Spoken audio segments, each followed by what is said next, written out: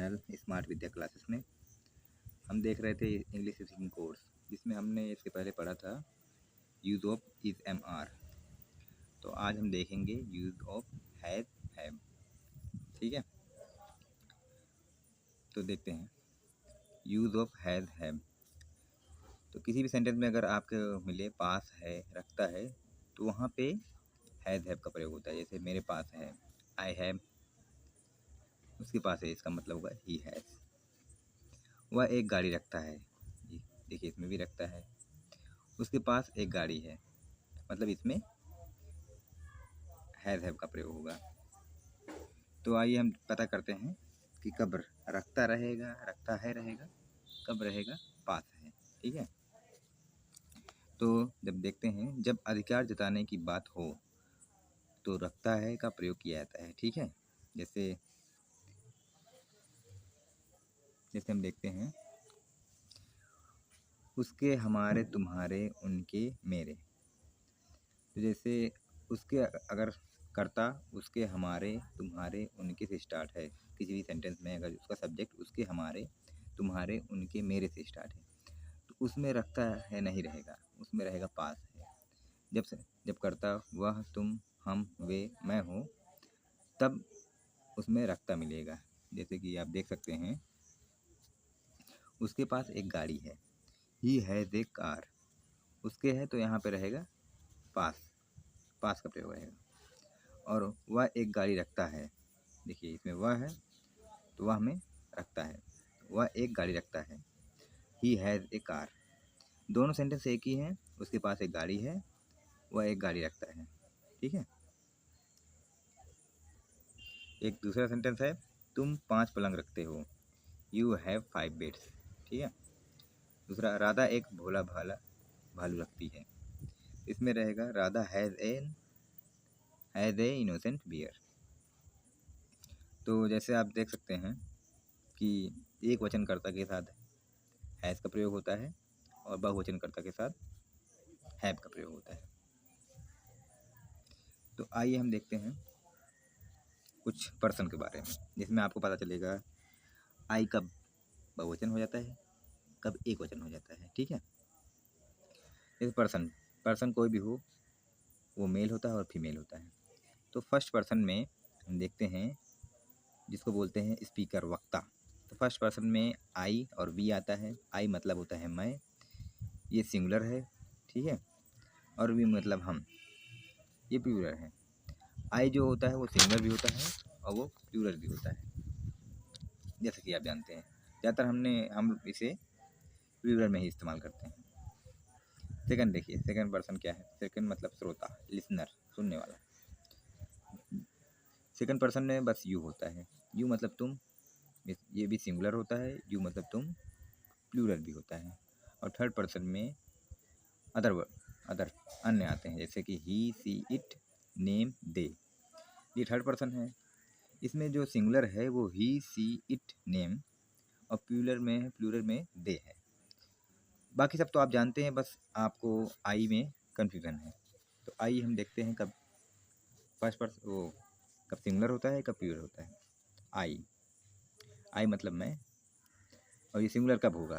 Past continuous tense में, जिसमें रहा था, रही थी, रहते रहता है, इसमें वाज वर्ब का प्रयोग होता है। तो वाज जो है एक वचनकर्ता के साथ रखता है, तो आई के साथ वाज ही लगेगा। इसमें आई जो है एक वचन होता है, एक वचनकर्ता का काम करता है। और आई जब हो, बाकी अदर सेंटेंस में वो प्लूरल ही रहेगा आई। ठीक है, जैसे मैं एक राजा था, आई वाज ए किंग। ठीक है, इसमें देखिए आई के साथ वाज है, वाज जो है एक वचनकर्ता के साथ रहता है, और आई जो है पास्ट कंटिन्यूअस टेंस में एक वचन हो जाता है। और वाज सिंगुलर के लिए यूज़ किया जाता है। ठीक है, तो यू के लिए भी देख लेते हैं हम। यू सिंगुलर होता है जब, कब?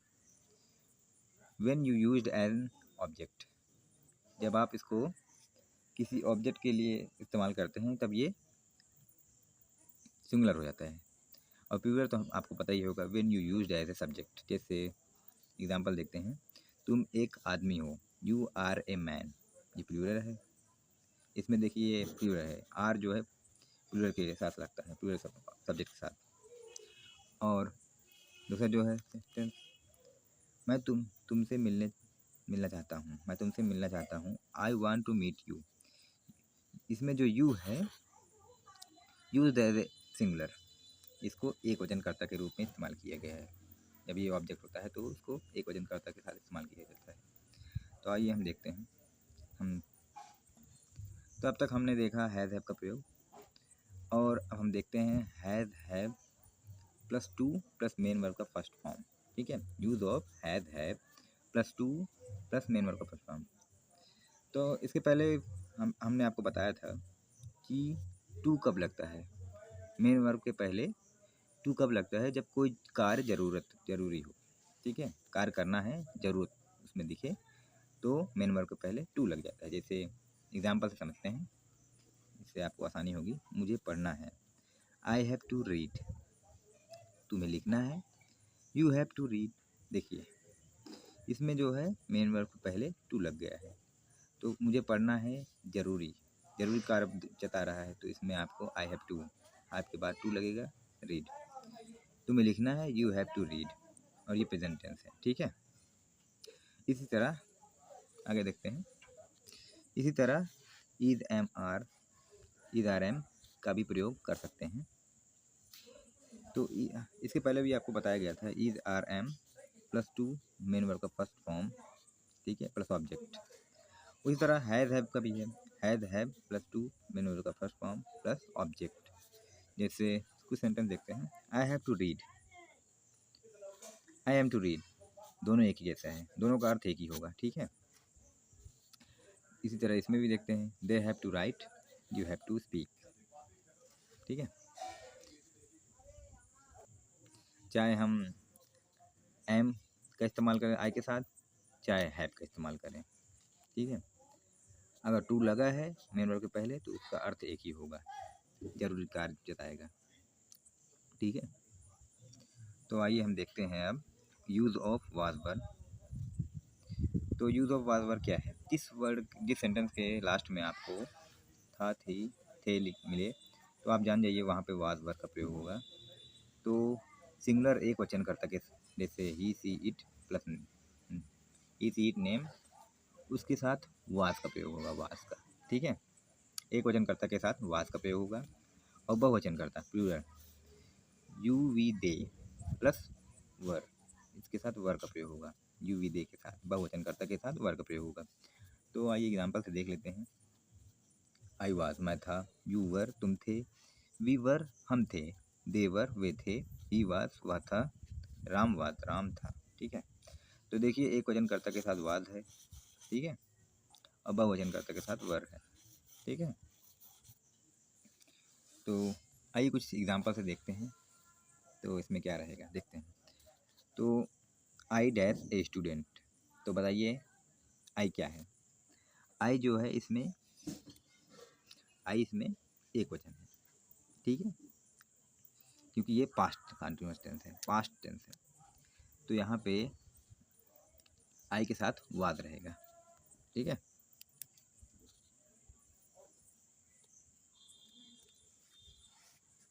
राम एंड सोहन, अब यहाँ पे क्या रहेगा, वाज रहेगा, वर रहेगा।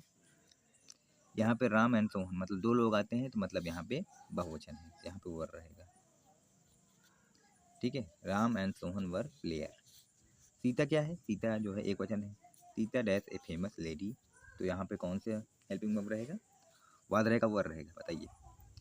तो यहाँ पे वाद रहेगा, क्योंकि सीता एक वचन करता है। ठीक है, और we we we Americans, we American मतलब यहाँ पे क्या रहेगा, यहाँ पे वर रहेगा, वी वर अमेरिकन, हम अमेरिकन थे।